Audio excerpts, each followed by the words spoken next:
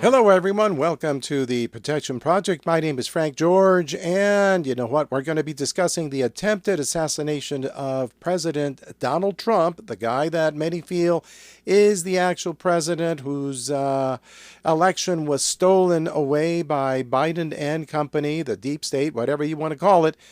It was Saturday, July the 13th, 2024, Pennsylvania. President Trump was delivering his speech at the rally, entertaining folks as he always does. He's a very entertaining individual. And then the assassination attempt took place. Watch this. And then the worst president in the history of our country took over. And look what happened to our country. Probably 20 million people. And you know, that's a little bit old, that chart. That chart's a couple of months old. And if you want to really see something that's said, take a look at what happened.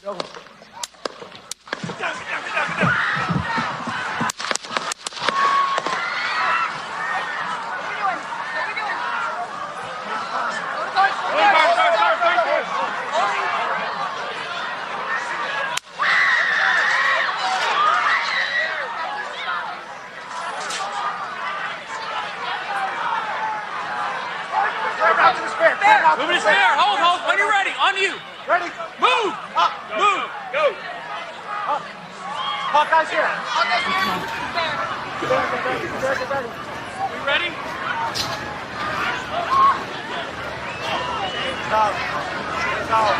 Okay, we are watching live at a rally in Butler, Pennsylvania, where former President Trump was speaking on the stage.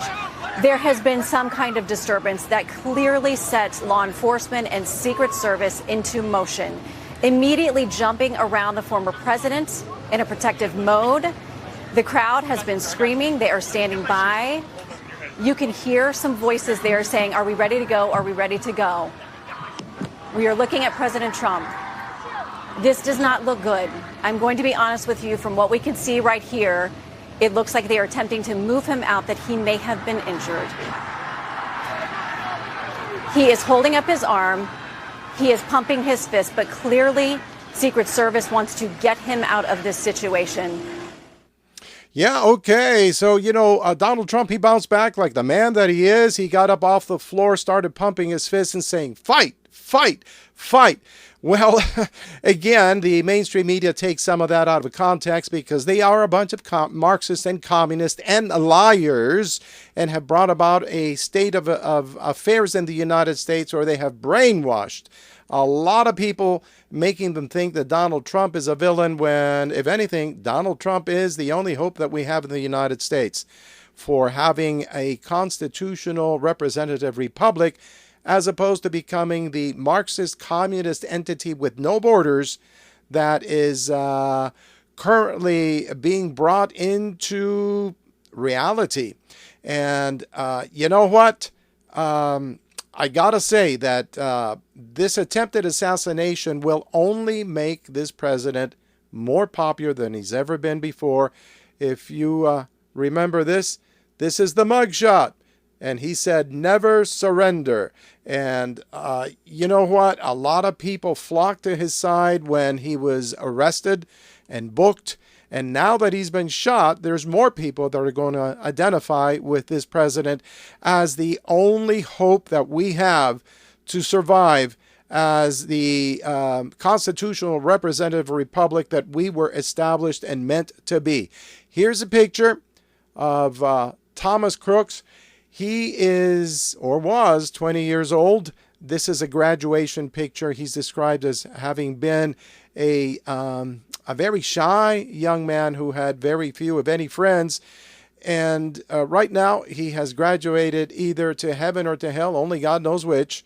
And there are many questions surrounding this event that took place. Like, how is it possible that Thomas got close enough to a building with a ladder, climbed it, had a rifle with him, and was within, 300 feet or so of President Donald Trump? He had been spotted by people who had been attending the rally. They started yelling and screaming at police and Secret Service. Nothing happened. We did hear a report that one of the cops went up to the roof. Thomas pointed a rifle at him, cop, backed away, and then Thomas opened fire. The Secret Service returned fire, killing him. A shot right between the eyes is what I've heard. And Thomas Crooks was no more. He cannot be interrogated. We cannot have from his lips what caused him to do what he did. Besides Thomas being killed, there was a firefighter, just turned 50 years of age, who himself died at the scene as a result of Thomas and his activities. And a couple of people were shot besides President Trump. This is sad. This is extremely sad. And we're going to be discussing this assassination attempt with a number of your fellow Americans. And they come from different states, different backgrounds. We want to hear what they have to say. Is this a lone wolf attack, or is this an organized attempt to take out a president whom, if he assumes the presidency, will definitely go and bring to justice those who have committed treason? And we feel that there are many that did, some really big names out there. And of course, the dark side cannot allow this to happen. They want to keep the comfortable life that they have at the expense of the American people. Let's get on with our interviews. Here we go. Hi, Agnes. How's it going? Good, George. How are you? Hey, I'm fine. It's okay. I'm Frank George. It's all the same person. We're good. Look, sweetheart, you're the only person I know that has actually spent time with Donald Trump. You've done that twice. I think both times you were off in the White House. I've seen a picture of you with him that you were gracious enough to send to me some time back, and I really treasure it. How did you feel, and how did you find out that Donald Trump had been shot, that there had been this horrible assassination attempt? I actually got a text from someone that said Donald Trump has been shot. And I thought, no way, no way. But I turned the TV on and then immediately saw and they were recapping how he grabbed his ear and then squatted down. And my biggest fear has come true, because I have been saying this for the past 2-3 years, that my biggest fear is that they're going to try to take Donald Trump down. Mm-hmm. And I cannot believe that this ineptness of the Secret Service could go this far, to have a building that has a direct line of access to the stage, and there was no sharpshooter or no Secret Service up there. I think this was an inside job for some reason, and I'm not a conspiracy theorist in any way, shape, or form, but somebody screwed up in a huge way. Number two, all those women standing there next to the car as they were putting Trump in, what are they doing there? I mean, one couldn't even put her gun in the holster. Mm-hmm. Number three, they have, when they started taking him off the stage, that woman was so short, she wasn't shielding President Trump at all. She was just there for a camera moment or something. I have no idea, because President Trump is very tall. I campaigned with him many times, have been on stage with him many times. He's very, very tall. You don't put a short person to shield his body. You put somebody big, right? Somebody tall. And it was just a mess all the way through, but I was just absolutely heartbroken. I had chest pains, honestly, that day.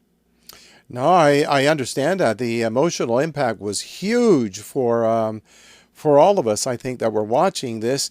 And I must agree with you. I think this was an inside job. I think that what we witnessed was an outright attempt to assassinate him. And I myself do believe that it's what people call the deep state, or whatever powers work in American government to the detriment of the American people.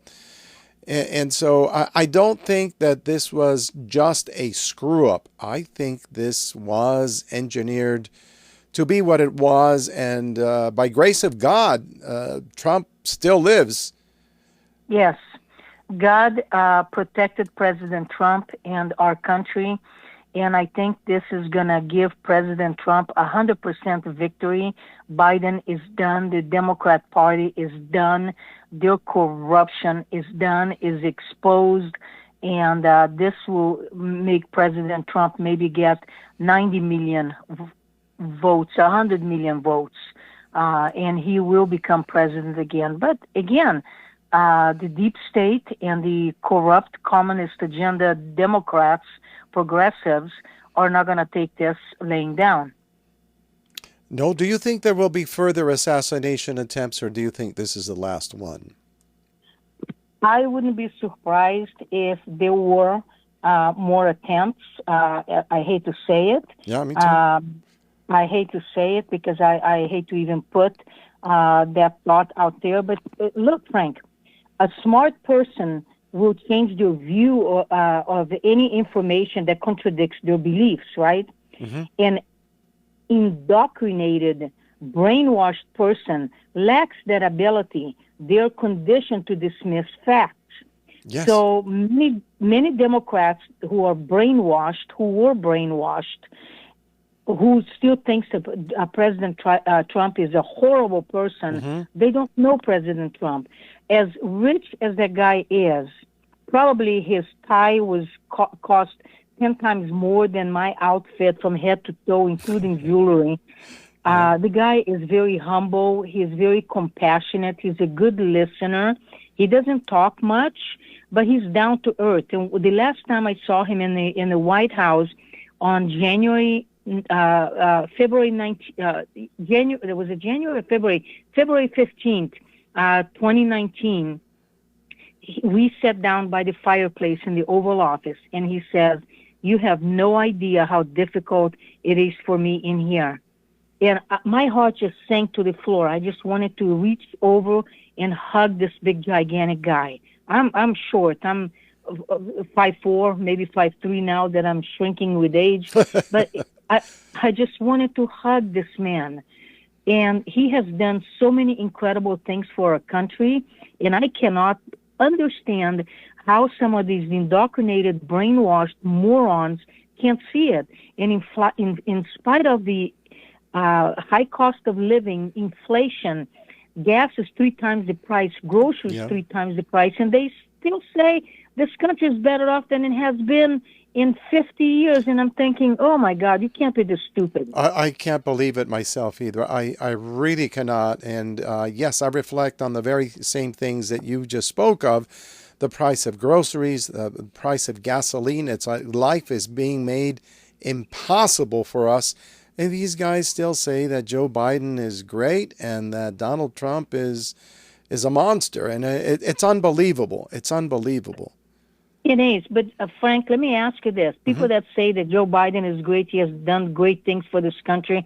You tell me one freaking thing that he's done. We're not in war. 2 wars right now. We're spending billions and billions and billions of dollars to a war. Why? When we have issues in our own country, why aren't we giving more money to elderly people who are barely able to eat? Barely able to afford their medication, the veterans who fought for our freedom, who are homeless, who are living under bridges, living on sidewalks. What a disgrace and embarrassment for this country. Absolutely, and I do ponder that because Biden has opened the borders, has used our tax monies that we work so hard to put illegal aliens on airplanes, regardless of whether they might be good guys or outright terrorists. None of it is good for the United States. And he's let in between 7 to 10 million people in here, is what I've heard. And for me, those are... I say 17 million. I say 17 million. Well, you know, for That's my me, estimate. each one is an act of treason committed by Biden, Mayorkas, and Congress. And these people that love Biden aren't looking at this and realizing what's being done. Donald Trump never did such a thing. He tried to protect us from that. And rape and murder, it's happening all over the place now. Every day I hear about someone who unfortunately has come into the same category that you're in. They become an angel mom, an angel dad, because their loved one has been murdered by someone that should not have been here whatsoever. And, well, Right. you have very strong feelings about that since your wonderful son, Ronald, was murdered. And Right. you've been at this for years to try and get this reversed. And what does Biden do? He comes in and it's like we don't matter at all. And people still think this guy's great. I don't get that. Well, here's what I think, Frank. The Democrats have zero respect for the constituents, for us, Right. the voters. And they don't care what we want, what the country wants. They're doing what they want to do. This hypocrisy agenda of one world, the BS, communism, socialism. If you want to get a taste, go to Cuba for a month. Yes. Go to China for a month. Go to another Venezuela for a month. Of course, Venezuela now is probably one of the safest countries because all the criminals are here. Yeah. But you go to a communist country, you're going to wake up and say, holy crap, this is not good. Nope. This is not good. But people are stupid. They're enamored. Oh, because I get a free cell phone. Yeah, that the government can shut off any second and can control it 100% of the time, and you have zero control. My family fled communism. We know what communism is, and I cringe as how stupid many Americans are that they don't realize, they don't look into it. They haven't learned from history. No. They are ignorant about the fact what communism really is. And this is what they are doing. The Democrats have destroyed every state they govern, and they are destroying the country under Democrat rule. That is a fact. Number two, we need to get all these old farts out of Congress, Nancy Pelosi, Schumer, Nader, all of these disgusting anti-American. We need to get them off and put fresh minds and American patriots in office. That's why I encourage if you are out there rallying for President Trump, put your mouth where you, or put your mind where your interest is. Run for office. Yeah, I very much agree. And yes, the Marxists that have taken over many aspects of American government, including the Democrat Party in its totality, they are driving us into communism, and people better wake the hell up and understand what's happening. Communism is not a good thing whatsoever. Hey, Agnes, thank you for the interview. Give us some closing words, and then we'll say goodbye. I just want to say God bless President Trump. God protect him, protect this country, and give us the wisdom and the courage to keep fighting for him and for our nation, because if we don't, we're going to lose our freedom. And God bless everyone. And thank you for those that are out there fighting the fight. Keep fighting. Don't give up. I am not giving up. And let's recruit more courageous people to fight. And let's fight back with everything we've got. Thank you, Agnes. Have a good day. Bye-bye. Thank you. Tony, welcome to the show. Where were you when the attempted assassination of Donald Trump took place, and what did you think? I was vacationing in Cody, Wyoming, visiting some friends, and that's where I was. I was in a cabin we had rented, and I just finished dinner. We came back, and Lester Holt on NBC was where I first got what had happened. They were showing the pictures of the Trump rally, Trump grabbing his ear, the location of where I was not very, very disappointed, very hurt, and very upset. Wow, I guess we all were, of course. And it was interesting that you and I on that very day had breakfast here in Basin, Wyoming, and then you go off and wow. Now, I've got to ask you the question. A lot of people are speculating that this young man, I forget his name, I think his first name's Thomas, maybe you remember his name, the 20-year-old who was shot dead by the Secret Service, allegedly, that he may have been just one person, or others are speculating that he may be part of a deep state attempt to end Donald Trump's life. What do you think? What have you heard? Well, I think he's been very, very influenced at such of a young age. I think, as with all young people, the video games that kids are allowed to play puts a mindset of they can be all that and never have consequences. Now, the DOJ, the FBI, Homeland Security most certainly could have done more to prevent this. So do I think he was influenced? Yes, by laws that were not enforced for our younger people, by those entities. The news media has blown things way out of proportion in one direction, which has caused this young man to think that he could just go out there and dictate policy and become somebody that obviously things didn't turn out too well. Yeah, it's sad to see such a young life ended, and sad to see that someone of that age would attempt to take the life of a former president running once more for the presidency. And what's your opinion? Secret Service protection, was it adequate or inadequate? The Secret Service have fine personnel.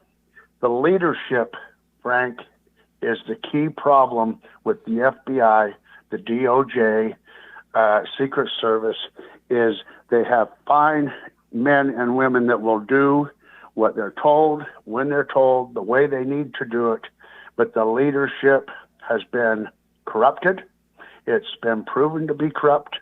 And when you have corruption at the top, it's hard for the working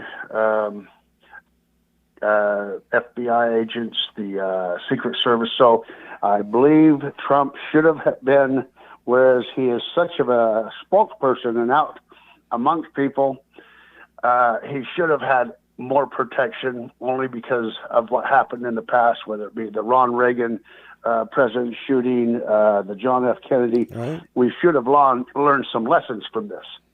He will be speaking in Wisconsin, I think maybe on Thursday. I'm not sure. It's part of the Republican GOP gathering there in that state. He will be the nominee, I'm quite sure, for president of the United States. Do you think they'll step up their game in terms of protection and have him behind plexiglass or something, or do you think he's going to be as always? You know, Trump is a maverick of his own making, and Trump will only tolerate so much confinement. Mm-hmm. Maybe the left feels like they need protection, whether it be in the basement or behind closed doors. That's another issue. Yeah. But Trump will be Trump, as he always has been. And I would not be surprised if he says, hey, I am Donald J. Trump, and I will do what I will for the American people. Yeah, I like that, and I think that's exactly how he would react. Do you think that there may be further attempts to assassinate him, given the way things have gone in the United States? There are people that outright hate this man for not one good reason, I would say. I would say that if the DOJ, Merrick Garland, stepped up to the plate, the FBI director, Christopher Wray, would do much more than Comey ever did, and step up to the plate and acknowledge the problems and the seriousness. Homeland Security step up to the plate, recognize their inability to do things in the past, and say, from day one now, the chapter, the book, the story will be much different. So they have a chance, but it starts at the top, like I mentioned before. Very good. Thank you, Tony. You have a wonderful day. Bye-bye. Thank you. Bye-bye. Ali, welcome to the show. How are you? I'm very well. Thank you. You sound a little bit depressed. The question here is, where were you when you found out about the attempted assassination of former President Donald Trump? I was sitting in my chair going through some stuff, and I got a notification from Truth Social, and immediately turned on the news. You know, that's funny. I was looking at my cell phone, and all of a sudden the news came up, and it was shocking. How did you feel? I was, I don't have words for how I was feeling. I was angry. I was petrified. There are just a whole gamut of emotions. None of them good.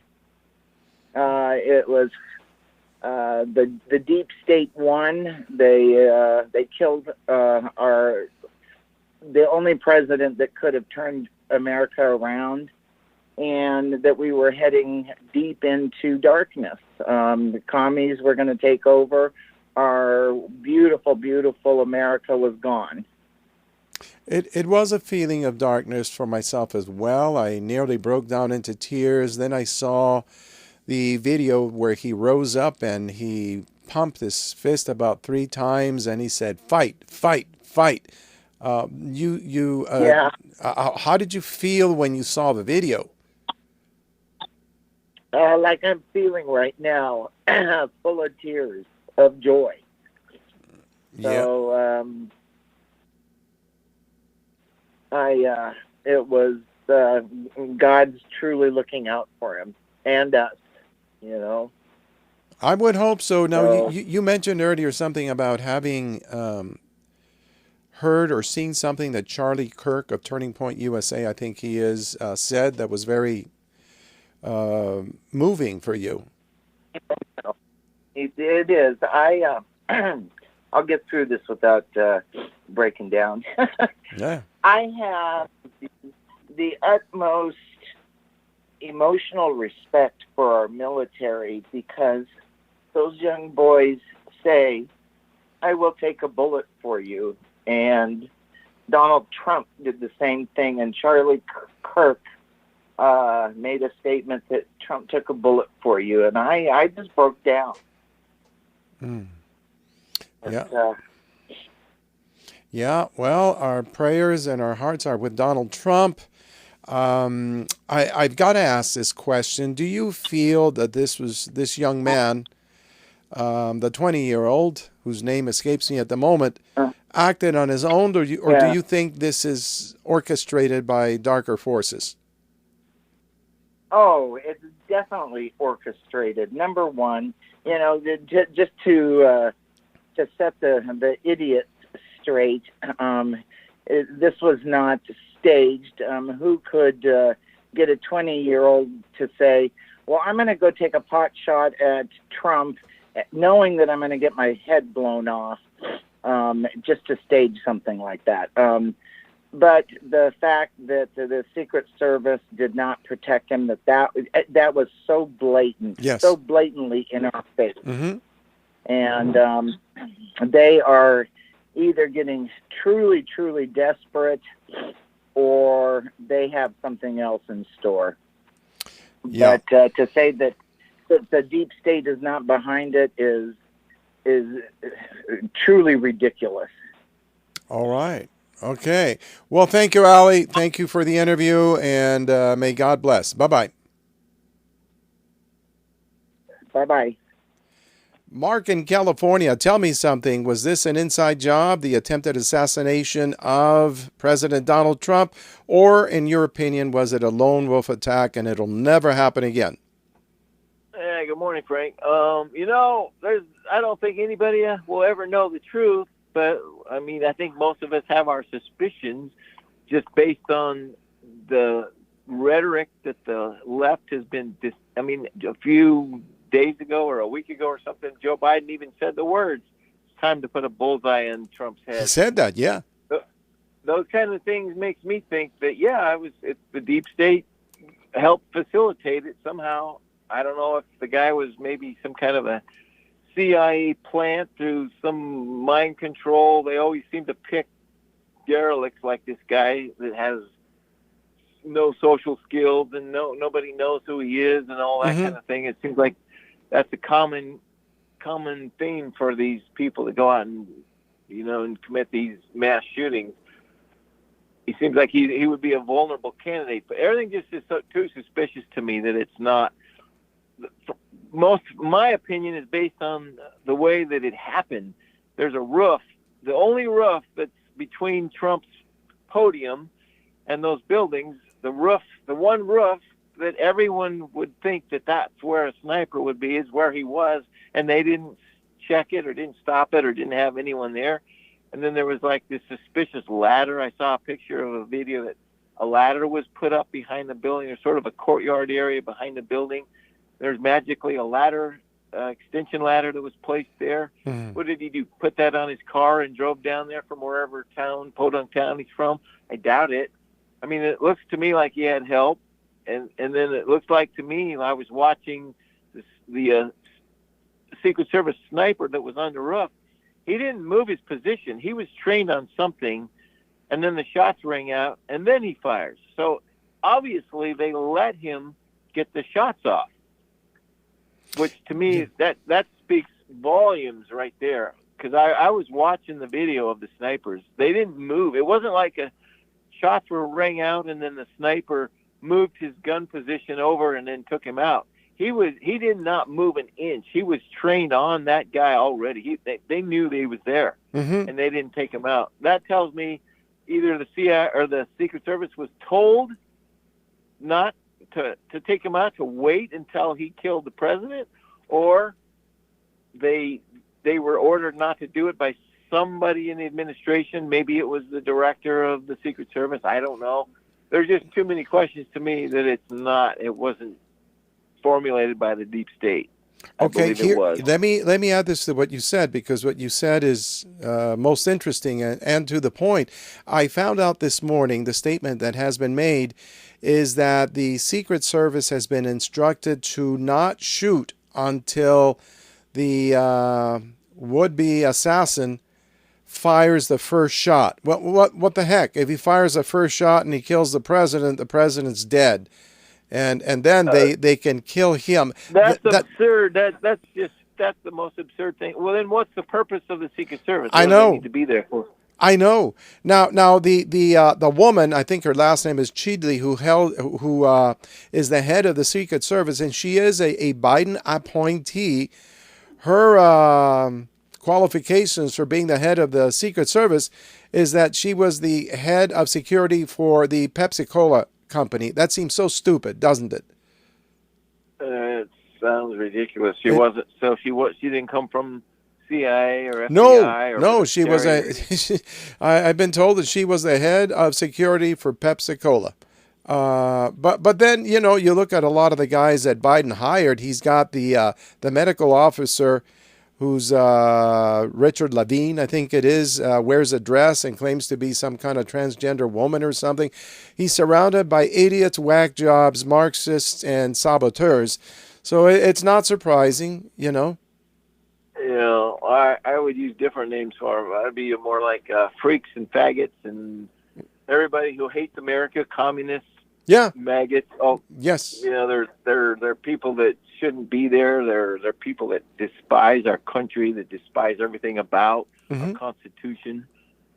None of them should be there. No, they should all be in jail.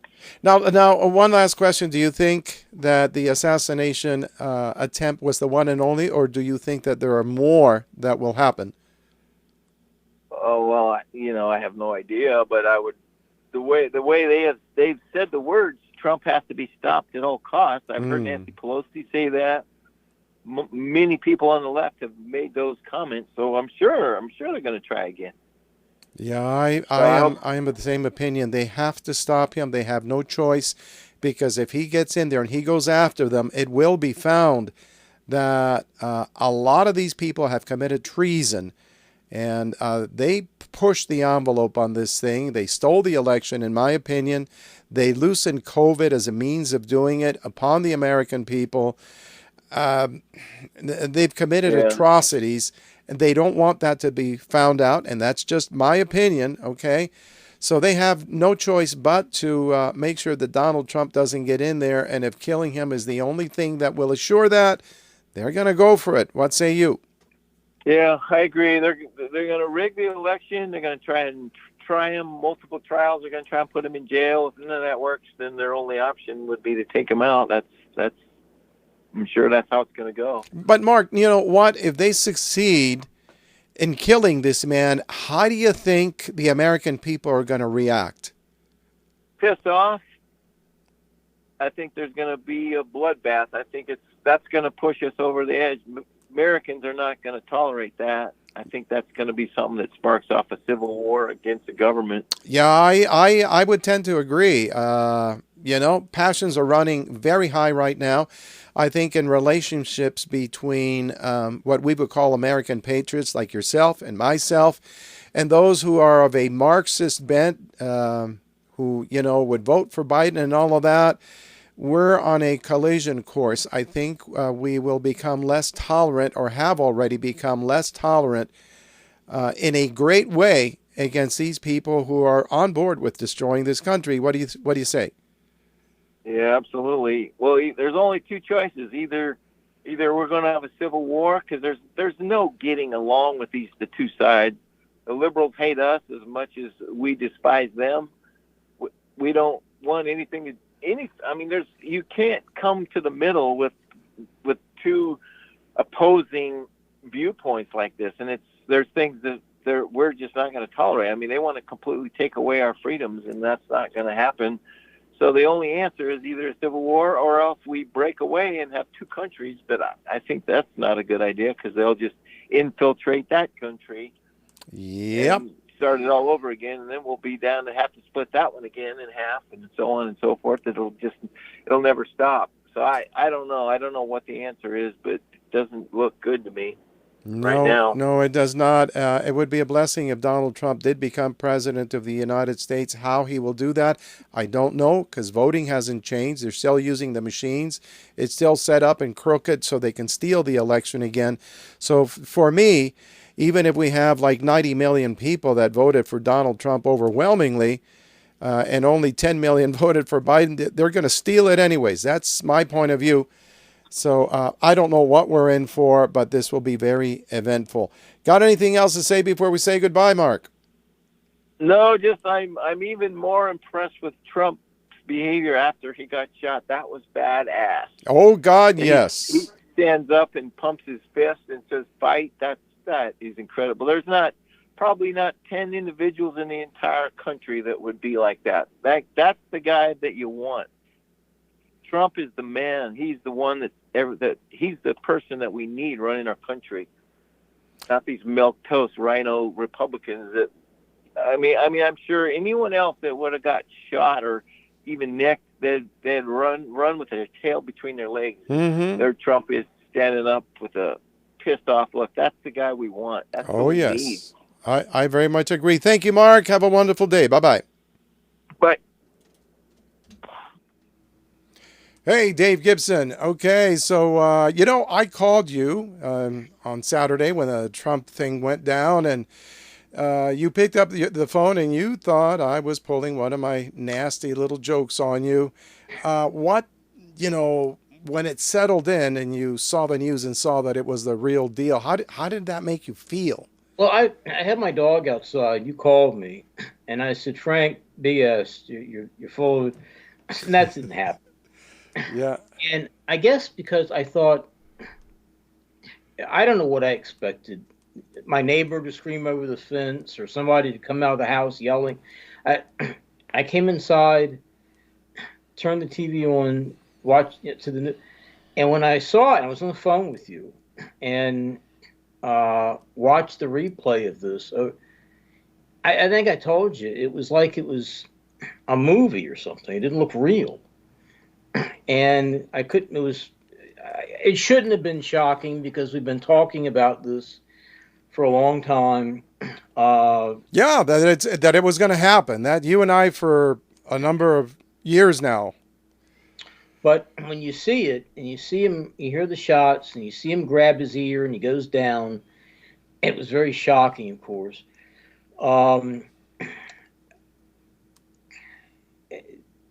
And look, and of course everybody said this, if he hadn't moved his head, just a little bit, Mm-hmm. another half an inch, another quarter inch, he'd have been dead. Oh, yeah. What we saw, what I've seen and looked at and disseminated since then, like most people probably, what we saw Saturday was not some lone nut, of course, as they always say, some 20-year-old kid with a stepladder and a dream. We saw an attempted coup on Saturday. Okay, wait. What you're saying is that in your opinion, this kid wasn't a lone wolf. He was part of an organized effort to Yes, to. that building. I've seen lots of videos since then. People in the crowd were telling the police, yelling at them, telling the Secret Service, there's a guy on the roof with a rifle. I saw a video maybe 20 minutes ago. A guy has just his cell phone camera. Mm-hmm. And you can clearly see this kid climbing around on the roof and moving around. Mm-hmm. And there's a cop. It's a one-story building. So, I mean, the roof it's 10 feet off the ground. And there's a cop right in front of that building. Yep. And he's like this, I don't know what's it. And people are around it screaming at him, screaming at other cops, telling the Secret Service inside that inside the fence line where they were having the rally over and over and over again. And all of them no one's paying attention. Everybody saw that gunman except the Secret Service and the cops were there. I wonder if these cops, now one of them did climb up, he supposedly used a ladder. Well, one cop climbed up that same ladder, stuck his head up there, sees the kid turns around, this is the story, with his rifle, tells him he's going to blow his head off, get the hell out of there. Cop goes back down the ladder. Now, he didn't duck his head down, pull his service weapon out, and shoot him. Now, I'm wondering if these cops that we saw in Butler, Pennsylvania, were cops that were fired by Uvalde, Texas. Oh, yeah, I get it. And look, I want to mention you yourself have worked as a law enforcement officer, so there's a background there in what you're saying. I don't think the kid was in it by himself. Of course, the kid can no longer speak. The Secret Service snipers, there's two of them. They had that kid in their sights the whole time. Now, what gets me, not only did they not shoot him, they don't need to get this. They don't have to get prior authorization. They don't have to call the director. Wait a minute. My understanding is that they were on orders that the shooter gets to shoot first. That means they get to kill their target, and then they can return fire. Okay, well, the Secret Service came out today and said that's not true. Oh, is that right? Yeah. Good. Thank you for that. They don't have to do that. Doesn't make any sense that they would. And we know that federal agents never have to have they just shoot anybody they want. FBI breaks in and kills you in the middle of the night. That's actually bad. Oh, you can't. She's dead. Not right. And here's the thing. They had, not only did they not shoot this guy, he's 130 yards away. Mm-hmm. You and I could have made that shot. Mm-hmm. Anybody is 130 yards away. If you're at all competent with the rifle, you can make it easily. He squeezed off, I heard today, at least 5 shots before they put him down. We know he got off 3. At least 3. One hit Trump's ear. That may have hit someone else in the crowd. I thought it did, but I didn't see evidence of it. And 2 other people were hit. Mm-hmm. One was dead. One dead. The other 2 were still in critical condition, may not make it. Mm-hmm. So at this point, what I don't understand is Trump is still standing at the podium, still talking, still going on and on and on, and doesn't know there's any danger. Meanwhile, 130 yards away, they have a sniper trained on him. There's a sniper trained on him, ready to kill him. And they don't. The Secret Service doesn't go up and grab him, tackle Trump, put him on the ground, get him the hell out of. That's their job. There's a threat, you get him the hell out of there. You climb on top of him. What were they waiting on? They waiting for Trump to get hit. Here's another aspect of that whole thing: communications. These guys have two-way radios on their persons and such. They had them in their cup. And somehow there was no communication as to the reality of what was unfolding. They could have, like you said, radioed in, and they would have taken Trump down before he got hurt, taken this guy out before he hurt anybody. But here again, and I'm not. Cops doing?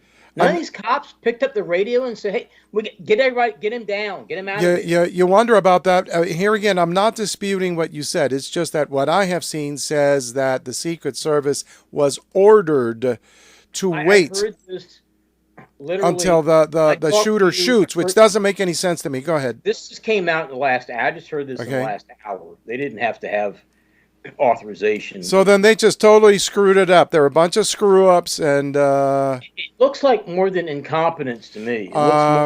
Yes. Plot. Look, first of all, this kid doesn't have any social media history. That's odd. He's a total unknown, 20 years old, total unknown. Perfect for something like the government MK Ultra programs. Got to find out if he was on drugs or whatever, psychiatric drugs. And we hear that he's a registered Republican voter. Yeah, that's what I heard. Okay, well, but he's never voted. And he donated to Act Blue, $15 or something like that. On Joe Biden's inauguration day, okay, in 2021. Now, his parents are very wealthy Democrats. Mm-hmm. His father, and you bring up MK Ultra. Mm-hmm. Another Lee Harvey Oswald lone gunman That's type. what it looked like to me. Sirhan. Yep. All the same thing. Yep. We've been there before. James Earl Ray. We've been done with Martin Luther King. We've been through this so many times. This kid's father is a psychologist. Okay.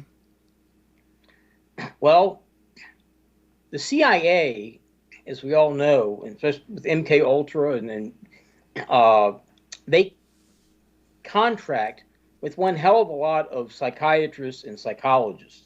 I guess they're still doing it. I don't know. It does work well, regardless of what they say. The mind control thing. Go ahead. It does. And you take these impressionable young people, these kids. Mm-hmm. We don't know where he went. The other odd thing, they immediately, like they always do, knew exactly. How did they know How did they know who this kid was? I saw, and I told you about this, I think yesterday. I saw there was a reporter on the street of like in downtown Butler, I guess, interviewing people as they were coming by, and trying to get people's reaction to what just happened. Mm-hmm. This kid walks up. What's your reaction? What just happened? And how do you? And he said, it would just so happens that this kid he was interviewing was the same age as this other kid, but he also went to school with the shooter. Mm-hmm. And now this is maybe an hour or so after the shooting. Mm-hmm. He went to school with the shooter. He said, "You did? Tell me, what was he like?" He was a loner. Yeah. Loner. Kept saying, "Oh, loner," over and over again. Yeah. Why he was, and the kid actually said something. He said that and people picked on him, kind of bullied him, and because of the way he dressed, he liked to wear camouflage. Apparently, that's what this kid says. And he said it probably had something to do with him trying to shoot the president today. That's what he said. I don't know. That kid may be part of the PSYOP, because I think that's... Here's my question. Yeah. I don't know who this reporter was. Mm-hmm. That sounds like a setup, too. Yep. What are the odds? There were 50,000 people there. What are the odds of this kid, this person, happening to walk by this reporter who actually knew this kid? The other question I have, No one knew who the shooter was at that point. How did he know that the guy he went to school with, he graduated with 2 years ago from high school, was the one who just did the shooting? Many questions about the whole thing. I want to shift gears here. I think we played that out. But there was a moment where, you're watching Donald Trump get shot. He puts his hand to his ear. Obviously, something's wrong. Then he drops to the floor. Secret Service agents swarm all over him and everything. We think he might be dead. I mean, we're watching this. We think this guy might be dead. And then all of a sudden he stands up. Defiantly, he pumps his fist up in the air 3 times and he says, "Fight, fight, fight." What did that make you think and feel? Well, in normal times, in times where we have legitimate elections, let's assume we have a legitimate election coming up. It's not going to be legitimate. But let's pretend we're going to have. Okay, we pretend a lot these days. That guy is the president right now. He just won it. Beyond that, I have never seen.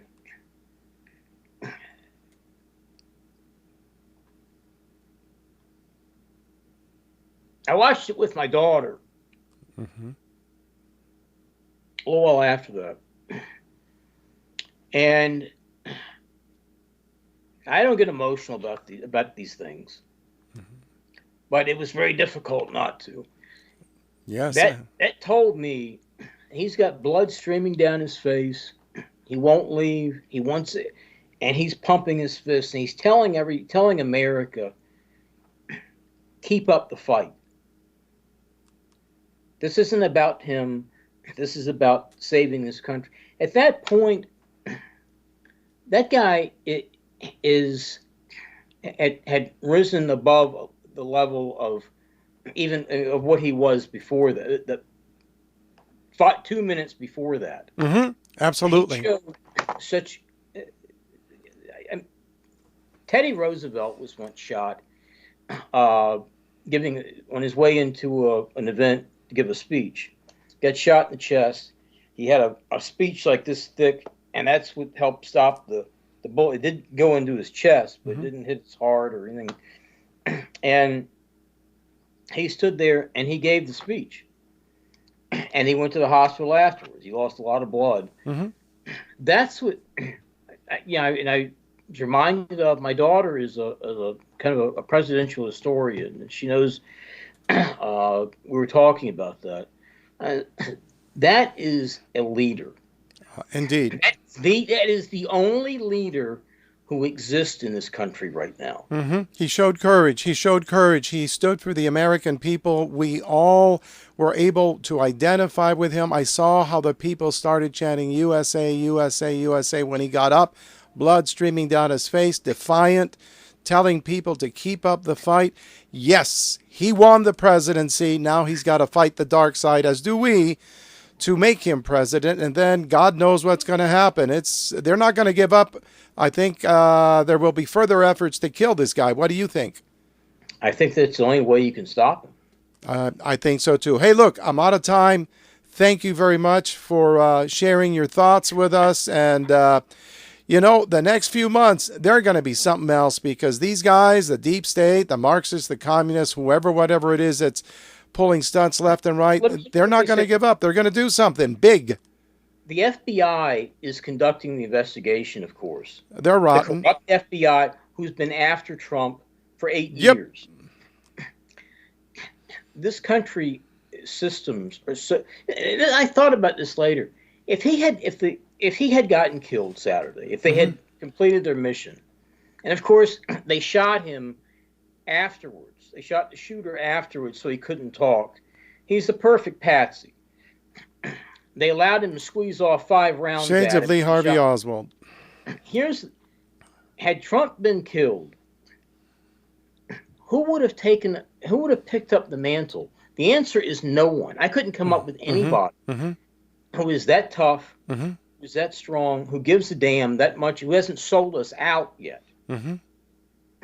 we're going to have to get treated to Nikki Haley speaking at the convention. Yeah, that's ridiculous, and she will be doing that. Hey, I'm way over my allotted time, Okay, Frank. but thank you very much for sharing your thoughts. It was indeed an emotional moment for so many of us. I just about broke down and cried when I saw that, so I fully understand. I think that we all do. Dave, thank you very much, sir. Thank you, Frank. Alex, the refugee from California, we'll explain that later. Alex, where were you when you heard that Donald Trump, got shot? Well, Frank, still looking for work out here. I was on my computer job hunting, and I happened to get a notification from YouTube that Trump was going to do a live speech. So I was looking at the YouTube feed, and I saw it live. He was making a speech about the 18 million illegals that have come here under Biden, and he was ready to show a chart of the phenomena and how many illegals have come in here since Biden has taken office. And as he was showing the chart, he turned his head to the right, and I saw like a little puff of smoke or something like a firecracker or something that grazed his ear. And then I saw a bunch of blood on his ear, on his face, but I knew he was okay because he was very upset about it. He was pumping his fist, and he was able to stand and walked away from the incident. And the Secret Service grabbed him and rushed him into the vehicle that he was in. That's what I saw. And how did that make you feel? Well, I thought it might have been an illegal or something at that time who fired a shot at him, Frank.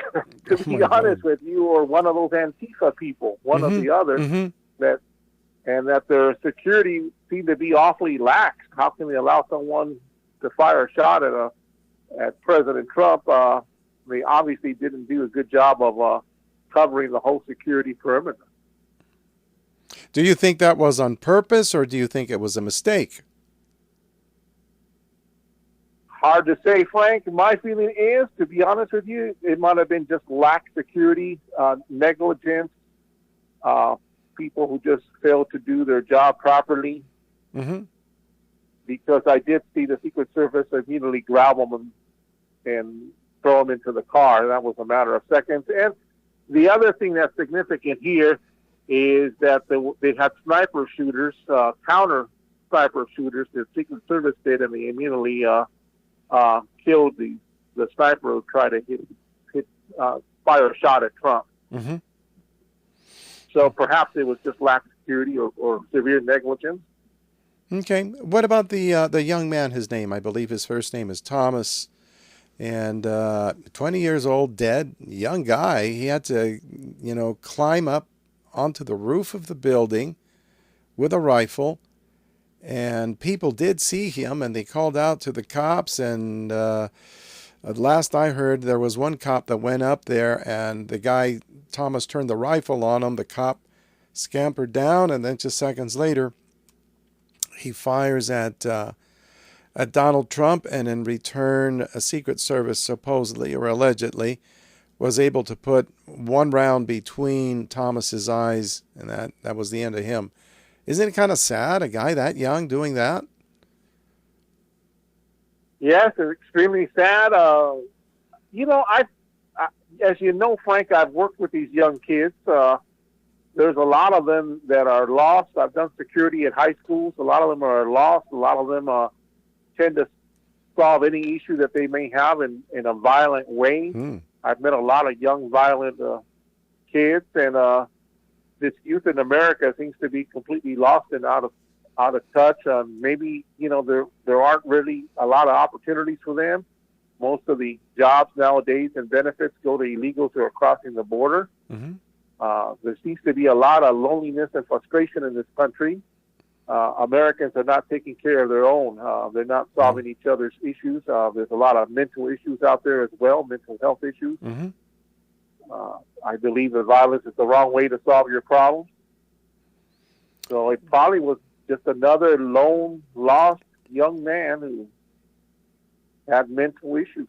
That would be my guess, Frank. Okay, good enough. Now, when I asked what kind of tag you wanted, I said, hey, I'm putting down Alex. And I said, what kind of descriptor do I put? And you said, the refugee from California.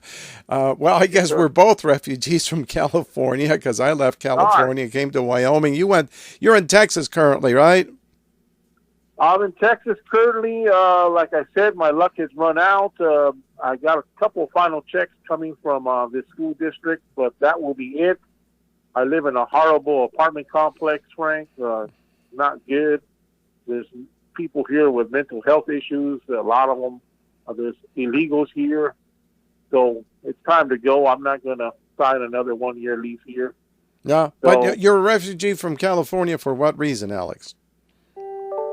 well, at the time, about 10 years ago, I didn't have any work in California anymore. I was living in the ghettos, they can say. I had issues with thugs around there, people selling drugs, gangs. I had to get out or I might have lost my life, Frank. No, I get you. I get you. Hey, Alex, thank you for the interview and wish you luck in your endeavor there, okay? Okay, Steve from Wyoming, tell me, was this a lone wolf attack or was there more to this than what's been reported? Well, we always have to judge the present from the past and speculate on the future. I don't think there's enough information to solidly support a conclusion one way or another right now. What I would say is that the government, going back to the 1800s, has a long history of using people and throwing them away. What seems obvious to anybody that has an IQ higher than an artichoke is that the governmental protection units surrounding Donald Trump were not only not protecting him, but it sure looks to be like they were orchestrating a way in. Amen. Now, the shooter, the criminal, the poor soul that was coerced or cajoled into doing this, we don't know much about him. We know that they're lying to us now, saying, "Oh, he was a Republican," when in fact, no, he's online saying how much he hates the Republicans. But when you look at especially mass shooters, 100% of the mass shooters we've had in this country, going back for 40 years, 100% have been registered Democrats or the under voting age offspring of registered Democrats. There hasn't been an exception yet. Well, with that said, that little news clip is starting to make the rounds. So this is a preemptive strike now, trying to lie to the people and saying that this deluded young soul is a Republican. Number one, he's 20. Mm-hmm. If he's a Republican, he's been of voting age for 2 years. Mm-hmm. So let's take that into account. Now, that isn't to say that isn't old enough to make life-altering decisions, in this case, life-ending decisions. Yep. But again, you can see what the liberals are doing. You can see what the communists are doing. And you can tell when they lie because their lips move. Right. So with that said, I think, and this is just me, but the rooftops could be seen from the ground. Mm-hmm. There were 4 to 5 minutes of people pointing at the gunmen and saying, "Hey, there's a guy up there on the roof with a rifle." Now, I'm a former military man, been deployed, know what it's like. In tactical situations, a long period of time is usually 3 to 4 seconds. This was 4 to 5 minutes. Yep. And all of these police officers at the federal level, and I do mean all, are in radio contact. So the first thing that comes to mind is, why was Trump still standing up there? Why did none of the Secret Service details around President Trump not immediately get him on the ground and get him off the stage when they had 4 or 5 minutes to do it? Minutes, and maybe more. Could be up to 7 minutes. We don't know this. So again, I don't think the information that we have available to us as the public, and keep in mind our information is coming from some of the most dishonest media in the history of the planet. But what we do know is that this, we have plenty of video and audio evidence of people shouting to cops saying there's a gunman up on the roof. Indeed. They do nothing. So to me, that sounds like this guy's supposed to take the shot, and there's a few outcomes that can could befall President Trump. Number one, he could be killed. At which point, the heroic Secret Service jumps into action in front of the video cameras to show what a great job they tried to do and how heroic they were after the man is dead. Option two is that he could be seriously wounded, and they would do the same thing. And, of course, the poor deluded soul that's up on the roof, the guy who's been brainwashed, they're going to kill him anyway. He's disposable. So whether he is successful or unsuccessful, he's throwaway. Well, number one, they have to kill him, because if they don't, he's going to talk to somebody. Yes. And again, let's go back to U.S. Secret Service and FBI and look at their pattern going back, all the way to the 1800s. They love it when the so-called lone wolf then gets killed because he can't talk. Yes.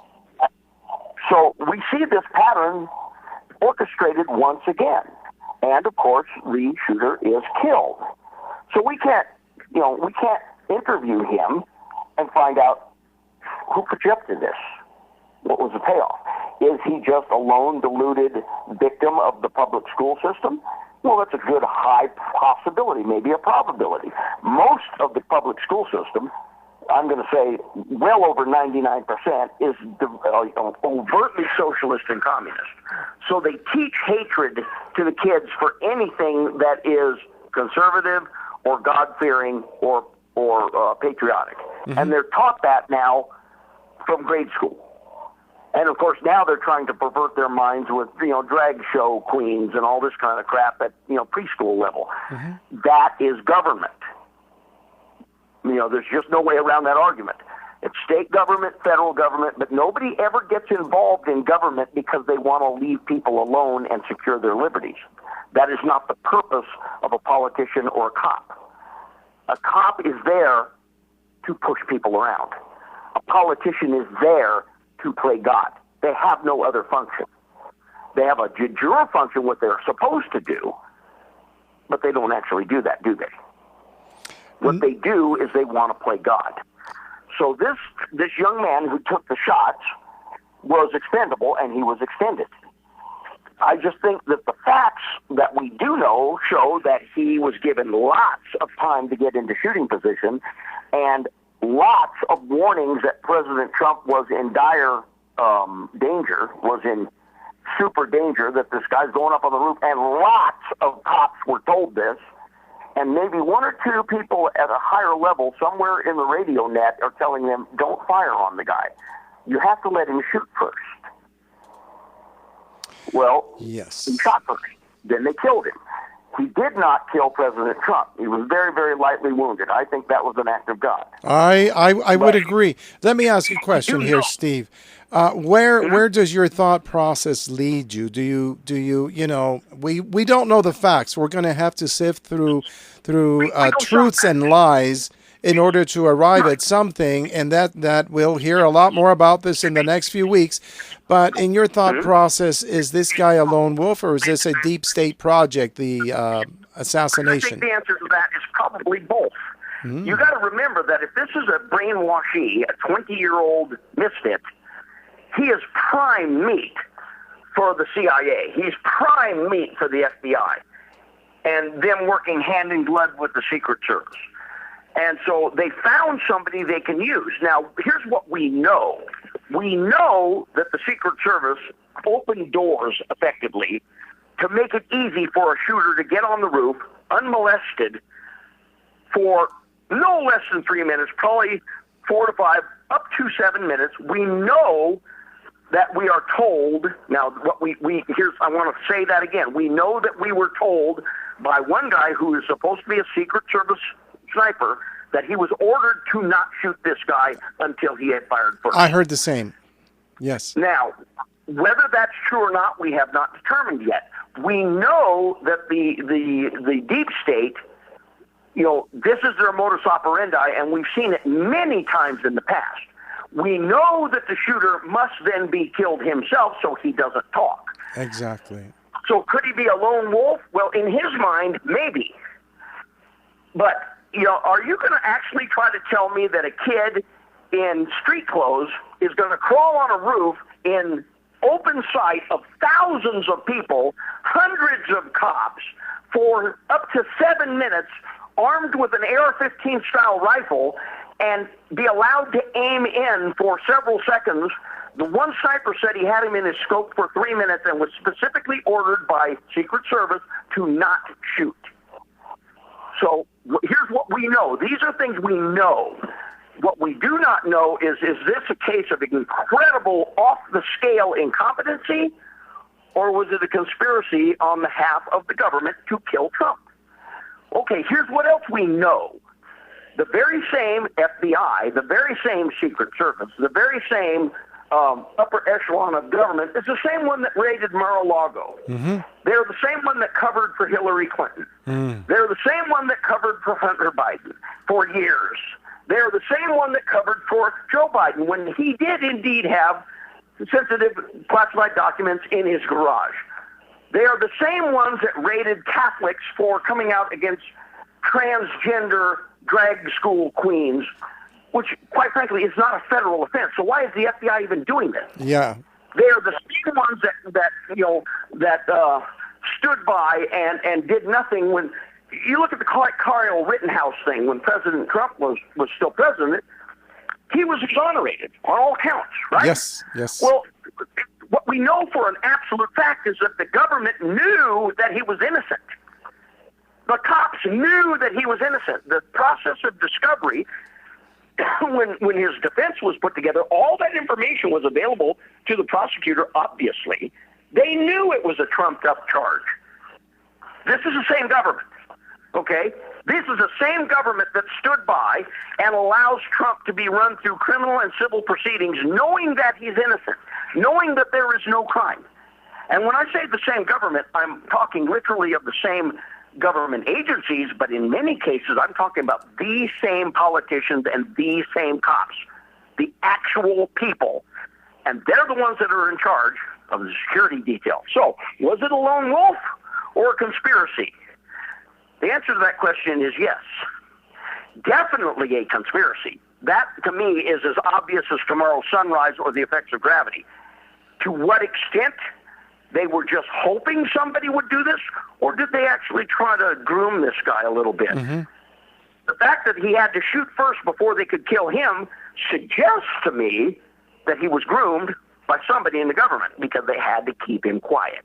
They had to kill him. Well, that makes sense. And with that, Steve, I've run out of time, but thank you for the opinion, sir. I concur with many of the thoughts you've expressed here. So anyways, thank you, and well, let's hope that things get better in this country. Yeah, well, I don't think they're going to get better unless people make them better.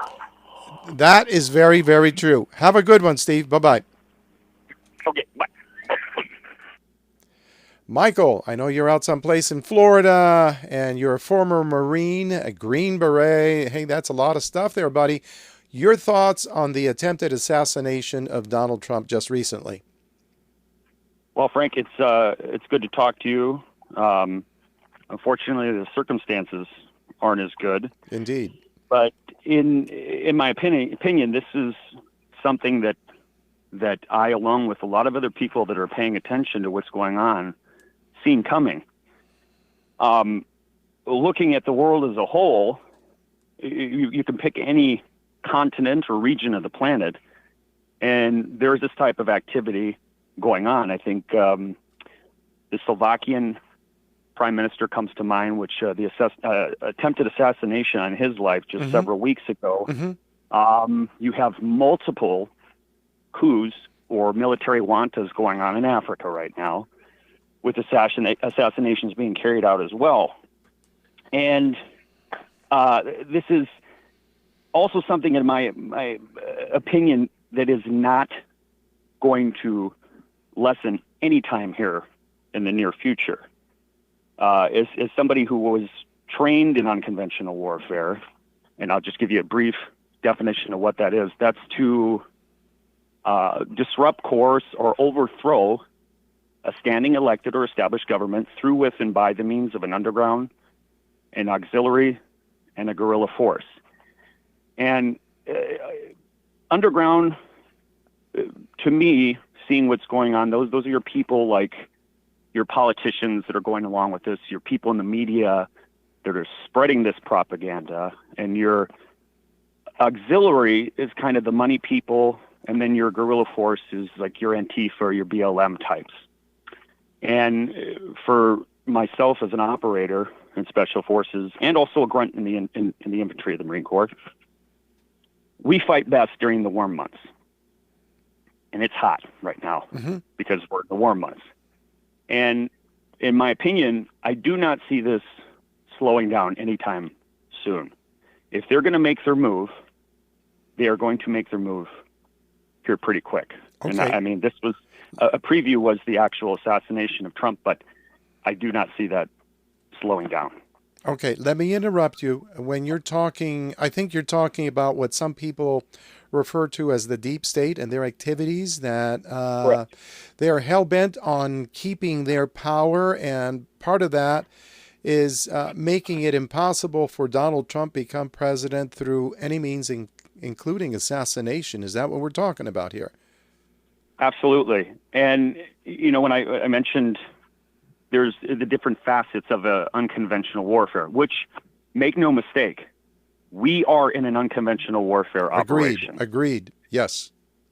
And you have, if people, anybody, I'm sure you're familiar with like a string chart where you're like a detective trying to figure out a murder, and, you know, he's putting all these pieces together on a board, and you have a picture over here, and a string goes to this person over here. Well, this is no different, and it's just on a much grander scale.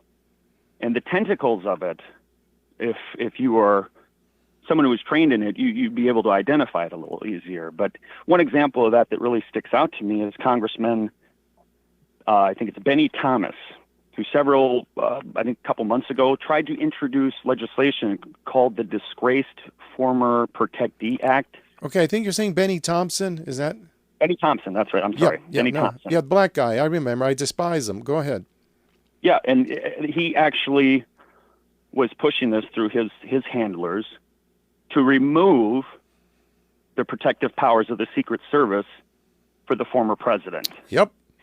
And why would, especially the time frame of when this was taking place, it's leading up to what we just witnessed. And it's very scary to see American civil servants, people that supposedly swore an oath to the Constitution, discussing or trying to bring legislation up that would pull the protection status of a former president and, I guess, anybody that they deem a threat to their apparatus. Yeah, that's scary. He had a total of 9 representatives on board with that. I saw that just recently. 7 were black, 2 were white. I don't know what's up with anything, but it is nefarious by its very nature. I pretty much understand that what they intended to do was to make Donald Trump a sitting duck. And absolutely, we're looking at, people are saying that protections for Donald Trump on the part of the Secret Service was vastly reduced, and obviously vastly inadequate for what happened. What happened should not have happened. They should have searched all the rooftops and everything and been ready to deal with that, any event that might arise from there. But they did not. And there was an order, I come to find out, that Secret Service was not to shoot until the shooter shot, which means the president would have been killed, and then they shoot back. Go ahead. Sorry. Yeah, the ROE that they used for that scenario, and from what I understand, the interviews that were conducted immediately after with people that were outside of the security perimeter you had people trying to inform law enforcement that they see an individual on top of the roof. And there's even video out now of this guy low crawling on the top of the roof, trying to gain position, while the sniper teams were, I guess, they did have eyes on them eventually. And like you said, were given an order to stand down. on an individual who has a rifle in his shoulder and is preparing to take his shot. And that reeks.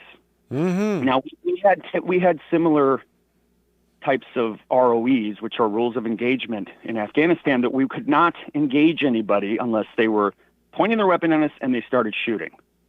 This is a totally different scenario because we are talking about a potential presidential candidate. And if it was anybody else, if it was you or I that went up and even approached the security barrier, we would have been taken down immediately. Mm-hmm. So why this individual was allowed to take shots before they engaged makes no sense. None. Whatsoever. None. And like you had mentioned, the Trump campaign had been for several months asking for additional beefed up security. And I guess in this particular instance where what happened over the weekend, their excuse was, well, they had to divert resources to protect Dr. Jill, the First Lady. I think that reeks as well. It's an excuse more than anything. And there's a lot of things that just do not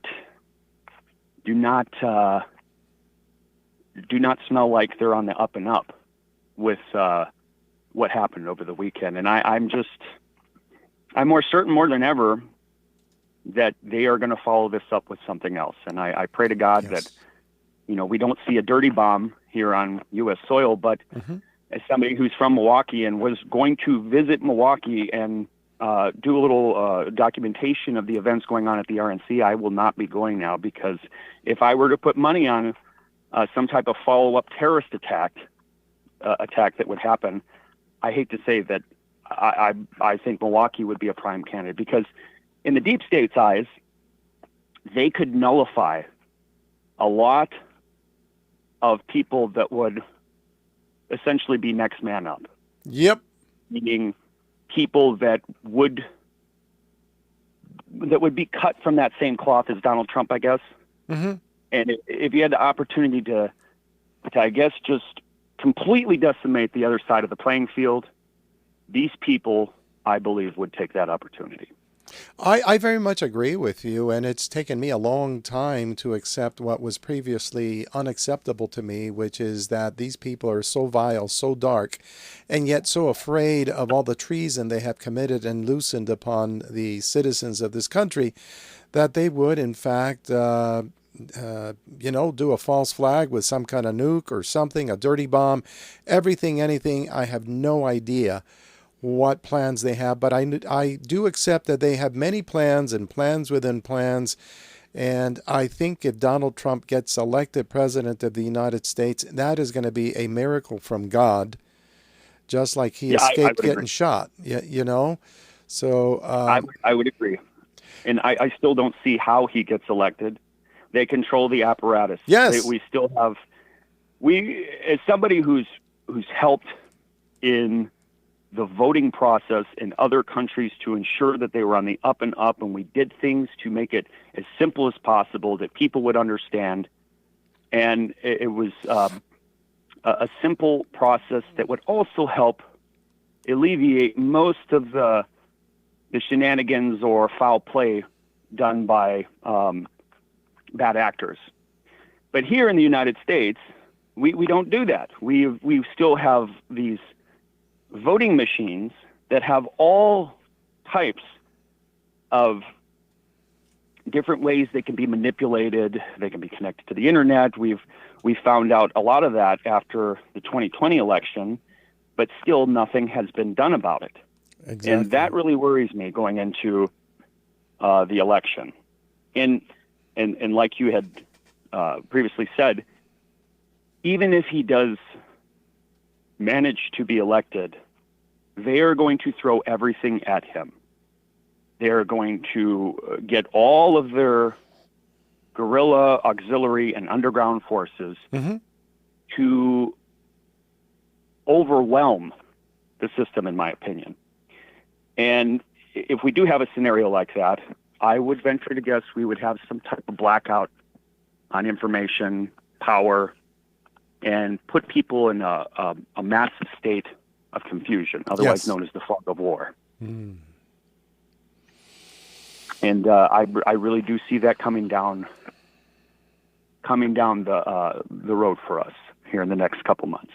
I pray to God it doesn't happen, and I hope that people wake up from the normalcy bias and start doing their part or doing what they can to inform other people, because the majority of us do suffer from the normalcy bias, to include myself.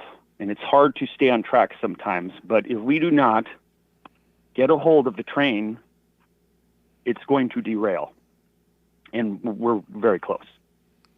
I very much agree. We concur. Our thoughts are alike. I have not met many people that think the way you and I do, but I see what you have laid out as being logical and even inevitable. Michael, thank you so much, and thank you for your service, sir.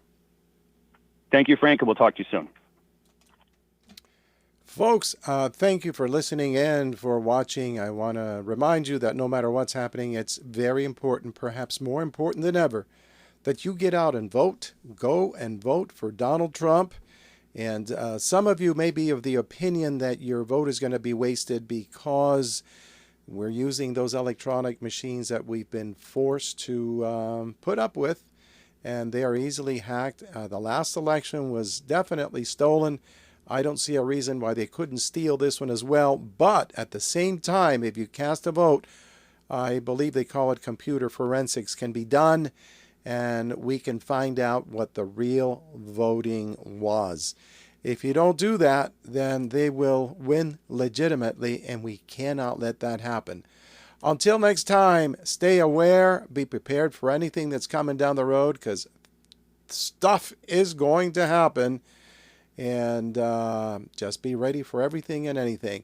May God bless you. May God bless the United States of America. Until next time, take care.